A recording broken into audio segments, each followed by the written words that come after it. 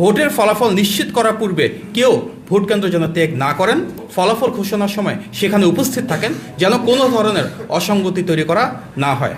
নিজেদের ভোট দিতে পারেননি বলেও অনেক ভোটার অভিযোগ করেছেন, যা প্রমাণ করে ফ্যাসিবাদী আমলের মতোই একজনের ভোট অন্যজন দেওয়ার অপসংস্কৃতি এখনও পুনঃপ্রতিষ্ঠিত করা হলো।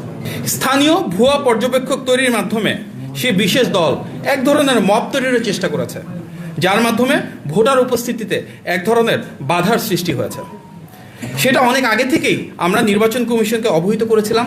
নির্বাচন কমিশন ক্ষেত্র বিশেষে বেশ কিছু পদক্ষেপ নিয়েছে, তবে সেটি আরও আন্তরিক ও সামগ্রিক হলে আরও যথাযথভাবে এ ধরনের উপস্থিতি রোধ করা যেত। চিহ্নিত রাজনৈতিক দলটি সামাজিক যোগাযোগ মাধ্যমকে এমনভাবে ব্যবহার করেছে যাতে ভোটারদের মনে ভোট প্রদানের বিষয়ে এক ধরনের ভীতি তৈরি হয়।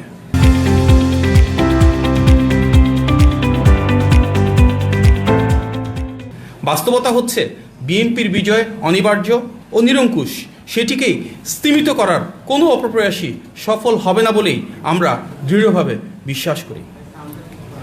দেশের জনগণ বিশ্বাস করে একটি অবাধ, সুষ্ঠু এবং গ্রহণযোগ্য নির্বাচন নিশ্চিত করা গেলে এবং ভোট গণনা সঠিকভাবে পরিপালন করা গেলে ইনশাল্লাহ ধানের শীষের বিজয় অবশ্যম্ভাবী।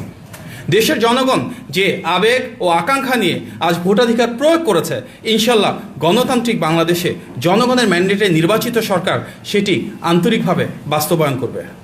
গণতন্ত্রগামী জনগণকে উদাত্ত আহ্বান জানাই আমরা, ভোটের ফলাফল নিশ্চিত করার পূর্বে কেউ ভোট কেন্দ্র যেন ত্যাগ না করেন এবং বিএনপি এবং অঙ্গ ও সহযোগী সংগঠনে যারা নেতৃবৃন্দ নির্বাচনের দায়িত্বে রয়েছেন তারা যেন গণনা ও ফলাফল ঘোষণার সময় সেখানে উপস্থিত থাকেন, যেন কোনো ধরনের অসঙ্গতি তৈরি করা না হয়। আমরা দৃঢ়ভাবে বিশ্বাস করি ধানের শীষের জোয়ারে বিএনপির বিজয়, গণতন্ত্রের বিজয় নিশ্চিত হবে ইনশাল্লাহ। বাংলাদেশের বিজয় আসন্ন। আপনাদের সবাইকে ধন্যবাদ। আসসালামু আলাইকুম।